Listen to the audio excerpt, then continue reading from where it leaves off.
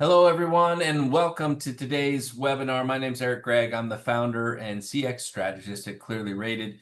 I'm thrilled today to be joined by two experts in the area of an area that I'm super passionate about, which is thought leadership as a growth engine, and how you turn insights into really client-centric, compelling content that can really have an impact on your growth strategy. So I want to introduce first Ben Kent. He's the founder of Meridian West, which is a strategic advisory firm focused on professional services, helping them execute across CX initiatives, thought leadership initiatives, and really helping them uncover growth. He and the firm work with firms such as PwC, KPMG, Grant Thornton, others that you know. He's a frequent speaker at industry conferences, co-author of the Professional Mm, Services Leadership Handbook.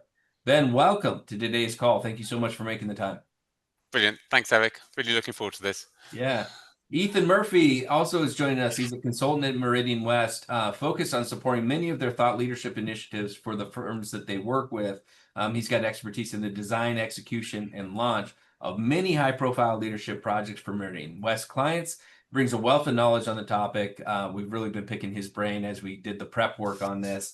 Ethan, thank you so much, and welcome to today's call.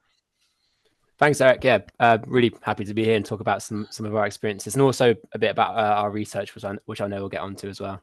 Yeah, absolutely. Absolutely. So a little bit of housekeeping. Everything that you see today is being recorded. If you want to share it elsewhere within your firm, you'll get a link to that recording in the next day or two, as well as the slides. We really have 30 minutes here of pretty compelling conversation. There's a few visuals on the slides, but the biggest piece of this is just kind of the Q&A that we're going through. So what are we going to be talking about? Well, the types of thought leadership that buyers and clients want in professional services, some of the thought leadership and how it plays into your firm's content strategy and growth, how you can utilize primary research. So primary research being research that is unique to you versus secondary research would be research that you could pull through the web or ChatGPT, other places like that.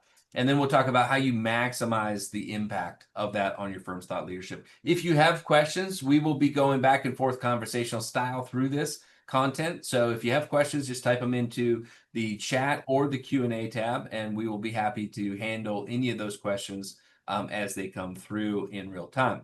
So let's start with what buyers and clients want. Well, we'll start with some clearly rated research. And the first thing is that they want thought leadership. Plain and simple, right? When you look at this data, you see about, on the blue bar is those that find it very persuasive. The green bar is those that find it somewhat persuasive. And you can see in the recruiting industry, the legal industry, and the accounting industry, the story is pretty similar across these. This is where we had the data available on this. But the vast majority of find thought leadership to be very persuasive or somewhat persuasive when they're looking at firms and trying to engage with different firms. So there's a lot to look at here, but we looked at what was the content that was most valued in the recruiting industry, in the accounting industry, and in the legal industry. And you can see on the recruiting side, employee engagement and retention was the top on that. Talent acquisition strategies, how to effectively onboard and train, improving recruitment processes, compliance and regulation are a part of that. AI is always a hot topic. You'll hear us talk a little bit about the application of AI later on this. Ben, I know you've got some good thoughts on that as well. In the accounting side, tax reform and strategy, cybersecurity is a huge area on this. Yeah. Risk management and resilience, financial reporting and innovation are a few of those. On the legal side, corporate governance, the cybersecurity is very popular within the legal space as well. Litigation trends, dispute resolution, some employment law, future of work stuff. One of the things that we see, especially in the accounting and legal space, is just the war for talent there is really, really strong still, right? So as you look at this, it's pretty compelling. And Ben, as you look at this, I'm going to start by asking you a question that I told you, or that I never told you was coming, which is what are your thoughts on this? Thanks, Eric. Yeah, exactly. I'll throw you a curveball right out of the gate. As you look at this, what stands out at these topics that you see? Yeah, so I think, well, first of all, we completely agree with you that clients really value this. Whenever two client feedback projects, they say, what we really value from our advisors is that kind of that ability to look over the horizon and help them kind of anticipate change. And that, that's almost sort of setting the bar really between whether they work with one firm and another. But yeah, we've certainly seen, I think what we found, if I compare this, I've been doing thought leadership projects for, over 20 years, is it's a real shift away from focusing purely on the kind of business issues like regulation, investment, and now we're focusing much more on sort of technology and wider society issues, which you can definitely see here, in terms of, the war for talent, DEI, some of the AI things. So yeah, kind of a sort of shift in the areas of focus. Yeah, and I think that that's the takeaway that I want everybody to have from Mm, this. You can kind of dive a little bit deeper, but rule number one of content strategy, whether it's thought leadership that's driven by research or not, mm. is to write about something that your audience cares about, right? Exactly. So Exactly. you want to kind of have that piece of it. And Ethan, I want to bring you in on this because you guys have done some really cool research, the Atlas Yeah. Thought Leadership Benchmarking Study. Talk a little bit about that and talk about, so we kind of gave you what clients said and what buyers said that they want to have. Well, what do firms say they're actually going to be, generating? Thanks, Eric. Yeah, I think in the same length, I think that firms have recognized this growing need from clients and want from clients to have that added value. And I think they're increasingly seeing thought leadership as a kind of a means to share that insight with clients. I think firms, so we've done a bit of research, which is from the Atlas campaign, which looks at firms' approach to thought leadership, not kind of at a campaign or individual level, but more holistically across the firm. So we've got some of the kind of largest law firms and professional services firms taking part. And it's been really eye-opening us to see the kind of level of investment in thought leadership over the last year. I think over 50% of firms have said they're investing kind of over $250,000 in a year. I know this is, some of the biggest firms globally, but I think you can see some of the figures. They start to see the kind of commercial impact that thought leadership can bring. I think when we look at the chart on the slide, which is from the survey, shows some of the kind of popular topics that firms are looking to invest. And I think the first thing that strikes you is just a kind of number of different topics and areas that firms are kind of looking to cover in thought leadership over the coming year. 10 tech and Gen AI kind of being top, which is maybe not so surprising. But I think, as Ben mentioned as well, kind of really being specific into those kind of industry sectors as well is something that we're really seeing, and kind of really deep diving and kind of relevant insights kind of in demand from clients. And I think firms are recognizing that as well. Yeah. I think, sorry, Ben, but I think what the challenge is, with this kind of growing interest in producing thought leadership and this kind of recognition of it as a tool, is how do you kind of stand out and how do you cover something that's going to be engaging but also kind of relevant for the reader and your audience? Yeah, and I think that relevance points is really important, because there was so much commentary on just trends in AI. No one wants to read yet another report on that. I think what you need to get to is, okay, what does that mean for your clients? What do you want them to do as a consequence of that? Because then, if you can be practically useful, they'll really value that commentary. That's really the key point, and we see this all the time as well. If you talk in generalities, you're competing with the McKinseys and the Gartners of the world Yeah. to produce really great great content, but it's really generalized, right? So the opportunity, I think, is to take that and really bring it down to an audience level in a way that they won't or can't. So talk a little bit now, Ethan, of the sources, right? So those were what they were going to get. How did they get to those topic levels? Because I thought that was interesting as well. Yeah. So thanks, Eric. So as we mentioned, so we asked kind of firms to label the kind of different sources of information when they were trying to come up with topics and ideas to cover in their thought leadership over the kind of the next 12 to 24 months. And I think it's what you see is that was, there's some kind of key areas of insight. So, internal ideas kind of being put forward by partners or fee earners, obviously a kind of key source. News topics and current affairs, obviously trying to be relevant and trying to be topical. But I think when you're looking at those kind of internal and external sources, there seems to be a bit of an underutilization of the client voice. And as we mentioned, on the previous side, that kind of is becoming really necessary to really target your thought leadership to, what your clients, what those kind of audience want to hear. And as we showed in the survey, less than around 20%, so over 80% of firms who I assume most of these are kind of large global professional services. They probably have some sort of client listening in place and not using that as a source of insight for the thought leadership.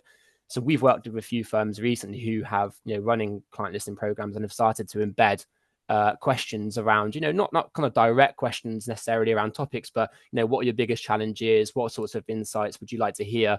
Kind of quite a natural way of actually kind of generating topics. And that insight's been really valuable for them. They've been able to use that to go away, produce different thought leadership, but also learn more, not just about topics actually, but about, what formats their clients like to consume content in, what are the ways they like to kind of communicate that. And again, that's not just kind of structured feedback, but the kind of percentage of firms using kind of informal conversations as well, really, really low. And I think, I'm sure you agree, Eric, that's, from your side, that's a really kind of valuable, straight from the client's mouth. Maybe there's been this fear about asking these types of questions previously, but I think that's starting to shift now. Yeah, it's actually, you bring up a really good point, which we ask these questions, and it's actually a great source of cross-selling and upselling opportunities as well. But it's also telling you what the topic areas that people are most interested in. And so you can get really micro-focused, right? Because you can ask that survey. If you're an accounting firm, you can ask that survey, in across your entire client base, and then you can segment it by industry, right? Exactly. So you may see that, like, oh, okay, our manufacturing clients are really looking at, conversations about automation, but our tech clients are really concerned about cybersecurity.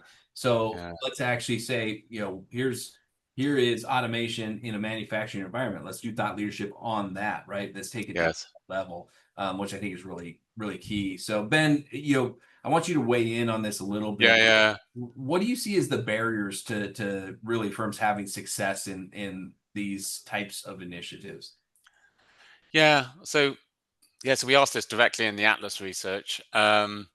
I think two things stand out. The first of all is kind of, how do you engage your people internally? Because what you want, ideally, is have lots of people internally, your experts, contributing to the research. That really helps you to sort of generating ideas. But also, what you want them to do is kind of be really excited when the research is published, and then taking that and talking to their clients about that. So I think that whole engagement piece is crucial. I think you need to be a little bit careful, because you don't want the research to be designed by committee. It's got to have a kind of point of view. So having one person, there are lots of people involved, but one person in control and making the editorial decision, number one. I think then the number two is, a lot of firms kind of focus so much effort in doing the research and writing up the report that they don't focus enough on taking it to market and really using it to build your brand. But probably most importantly is having conversations with clients and using it to unearth opportunities. So I kind of, rather than it being like 80% focused on producing the research and 20% on deploying it, shift that around, do 20% on, well, maybe a bit more than that, 40% on doing the research, and the 60% in squeezing the value.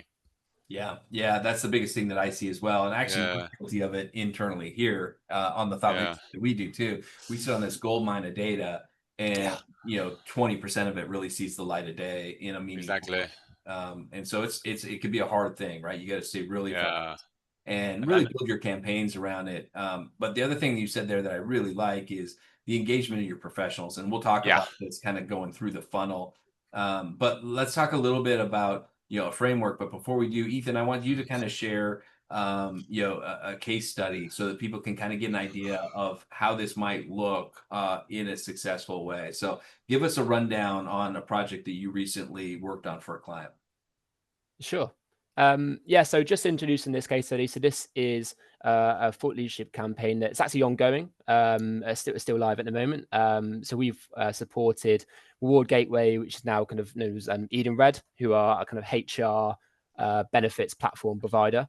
And they came to us a couple of years ago with quite a bold and clear idea of what they wanted to do. They wanted to study and conduct a study into the relationship between benefits packages and what offering that drives employee engagement and business outcomes. So it was an area that hadn't really had much research in it before.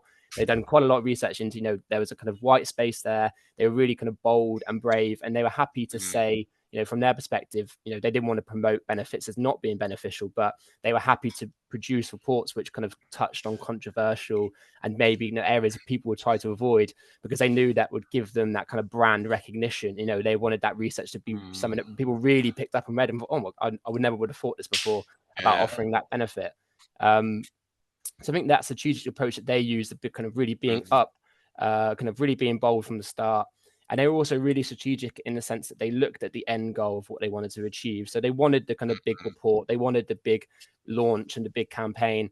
But as Ben mentioned, they kind of recognize the importance of having one-on-one sales conversations. So we did support them in producing a kind of wider report on the study, but we also helped them produce a kind of online benchmarking dashboard that people who took the survey could take, and they could see, where they sat on the survey, what type of employee provider were they, what would be the benefits that would be most appropriate to them.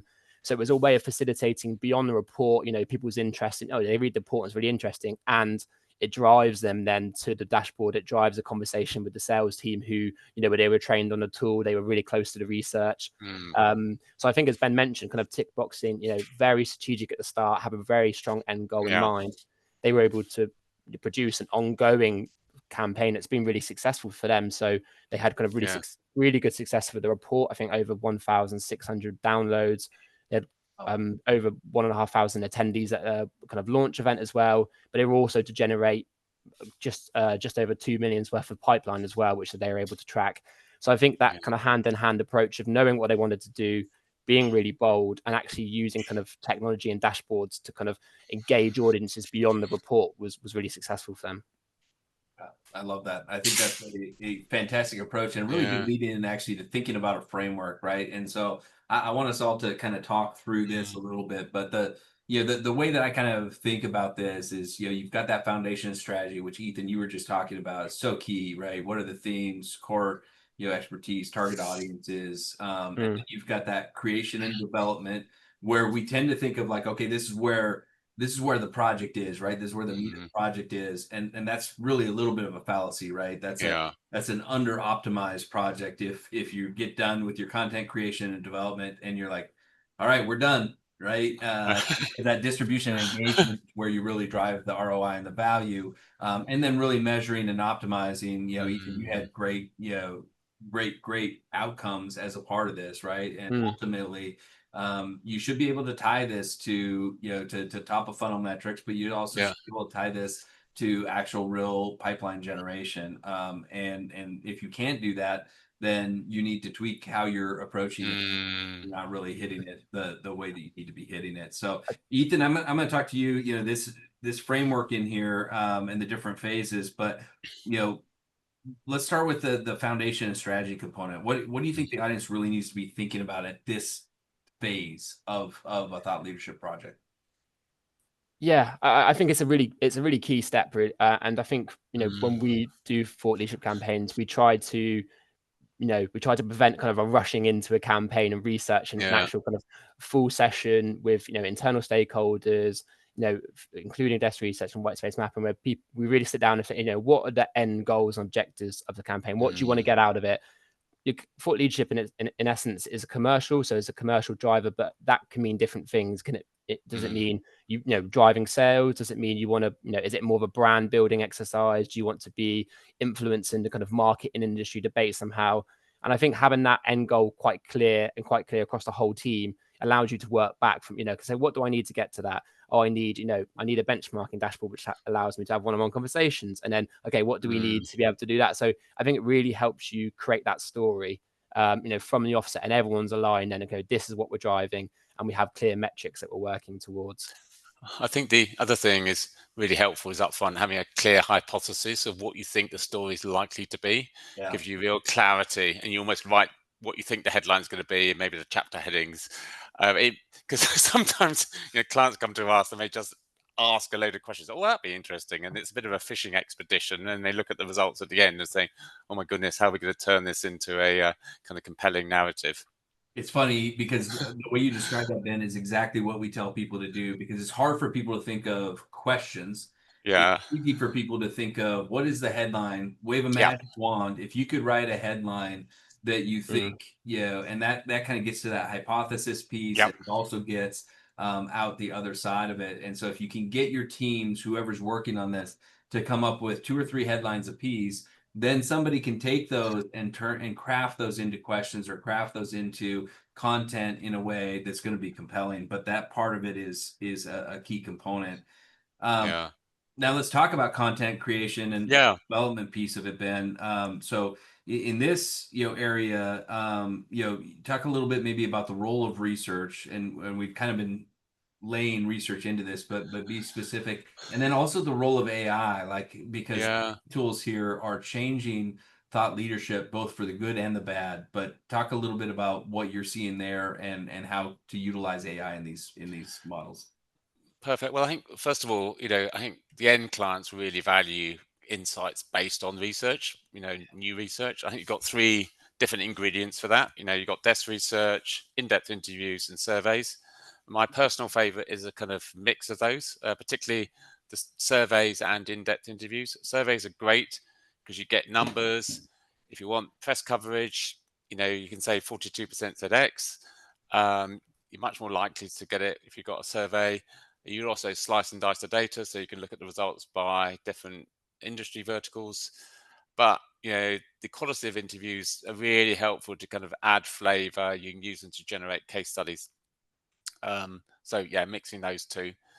I think AI has been kind of utterly transformational, actually. So we've developed our own AI tool called Core Clarity, and what it means is, well, two things. First of all, you can be much more agile. You can produce research and analyze it a lot faster than you could when you're doing it in manual. That means you can be really current. So if there's an issue, you can turn something around in 2 or 3 weeks, not months. Yeah. What it also does is you can create this kind of vault of knowledge, and then you can use the AI to kind of interrogate it and really extract the value. So you can really personalize the insights. So you can say, what does this mean for CFOs in the life sciences sector? And you can use AI to find out those nuggets of information. So we have our first question from the audience, Yeah. which is what should people expect an entire kind of start to finish on a thought leadership project to take from a time standpoint and a budget standpoint?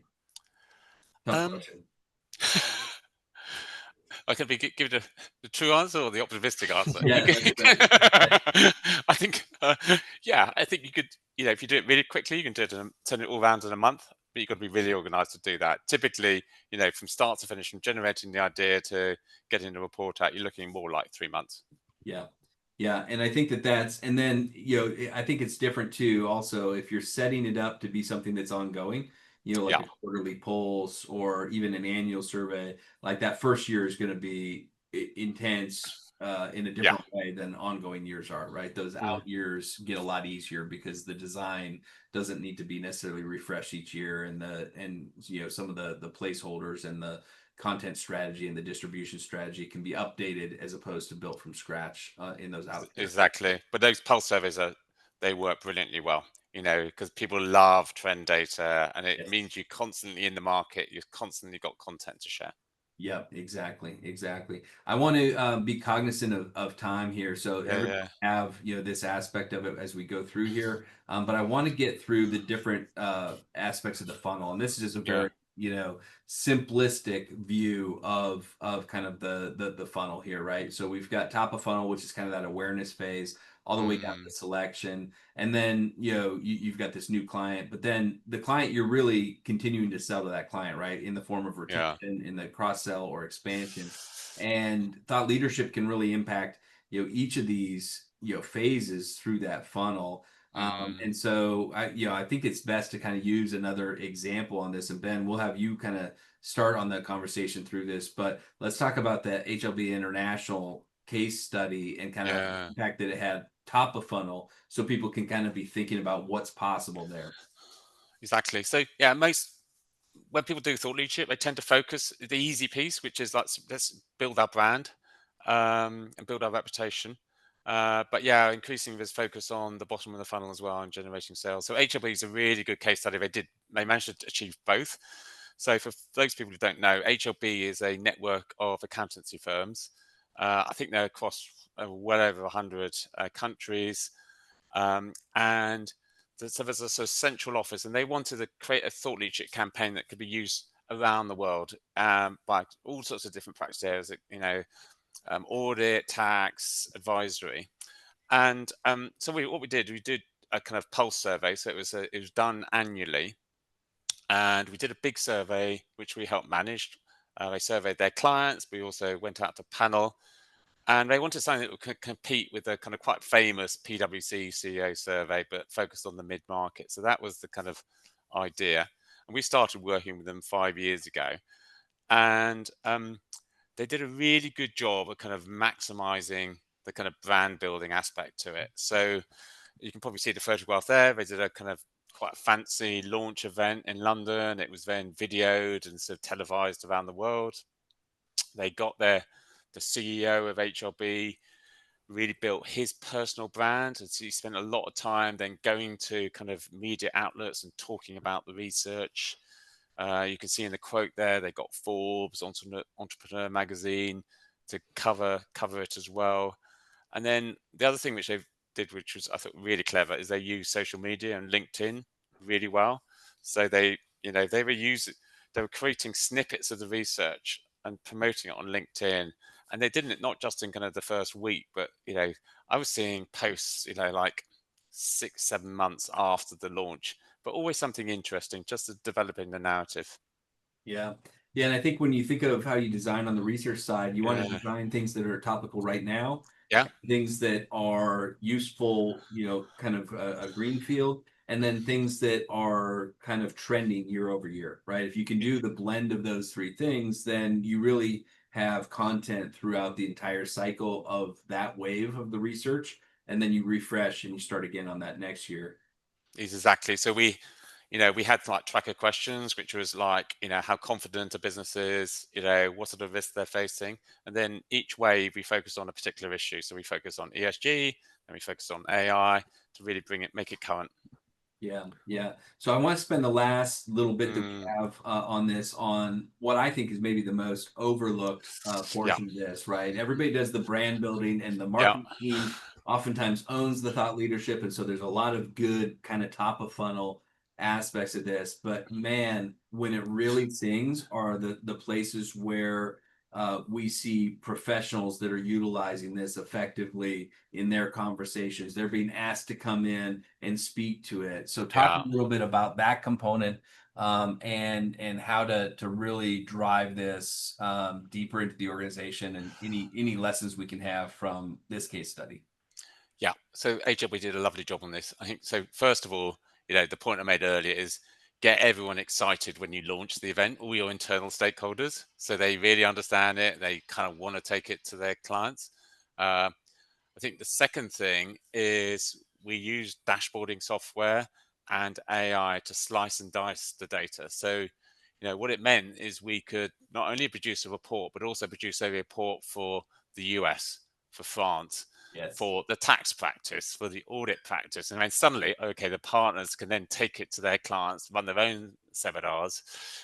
And then the thing we did last year, which I thought was quite innovative, we built an AI tool, and we put all the research into it, and we put it on the HLB website, which you can go and have a look at. And what that meant is you could personalize the content. So, if a partner was going to meet, I don't know, Federico in Milan, who ran a life sciences business, could go in, ask it, you know, tell me what's relevant to, life sciences in Italy, and, bingo, it gave you the answer, and that you had the content for the meeting. It makes the kind of getting those one-on-one meetings really much more effective. And we also created a series of sort of toolkits as well, which those partners could use. So it was really easy for them to go and talk to their clients about it. Yeah. Yeah. And the way that I've heard this Yeah, described is you want to make this thought leadership easy to leverage and hard to ignore internally. correct. Yeah, And so I think that that's key. We've only got a couple minutes left, but we've yeah. a little bit of time for Q&A. And we have a question that came in, which is, do you have advice for incentivizing, utilizing this practice for professionals? Specifically, internal stakeholders can be a far harder quote unquote sell on this behavior as a best practice than the executive leadership is. Um, Yeah, so I think kind of making them, kind of helping them take ownership of it. So yeah, kind of getting them involved in the design. So we work with a law firm, and they wanted to do a report on logistics and warehousing. For one, and we had the whole series of meetings with their kind of real estate team to help Yeah. design it. And so, because they felt they built the campaign, they were, they kind of they took ownership of it, and then they were very willing to then talk to their clients at the end. Yeah. The couple pieces of advice I would have is, Uh, first of which is that to really position this as value add for the clients, which yeah. most of the partners are excited about that, right? If it's viewed as like a Mm, sales tool, or like, trying to push this on the clients, that's less valued. The other thing is finding your champions and your adopters internally, yeah. having them sort of share with the rest of the partnership team Yeah. how they're doing things, or with the rest of the field team, how they're doing things, and the value that they're getting out of it. It's oftentimes works a lot better than whoever's leading the program doing that same thing. And then I think Yes. the other piece of it, and this goes back to having them engaged in the start, like if they don't view it as actually relevant to their clients, then it's too general, or it's too then they're not going to spend the time trying to bring it through there, Mm. because they're not going to get a good response from their clients. I Yeah. think And I it's think a a couple of other things. So I was gonna say, I think it's a bit of a balancing act as well, though, isn't it? Because another kind of challenge you get is everyone's really busy and people, trying Yes. to engage. So I think it's, what we see is when firms do it well is kind of bring them in at the start, help them curate the idea and the topics and the outputs, kind of leave, do the research separately. Don't, get involved in the kind of research methods or the kind of the actual kind of manual, doing a survey and doing interviewing. But then when you've got the output, you know, giving them the ability to talk about it, making it easy to engage. And I think that's what the yeah. HLB tool did really well. It's really easy for teams to go on, ask questions, engage with the research. They didn't have to, go through and read loads of reports. It was easy for them to Yeah. get insight at their fingertips. Yeah. And professionals are busy people, so make it Mm. easy. So draft the email to send to a client. To Yeah. do the report for them, but also kind of make them really comfortable with the research. So they really understand it and are kind of happy to talk about it.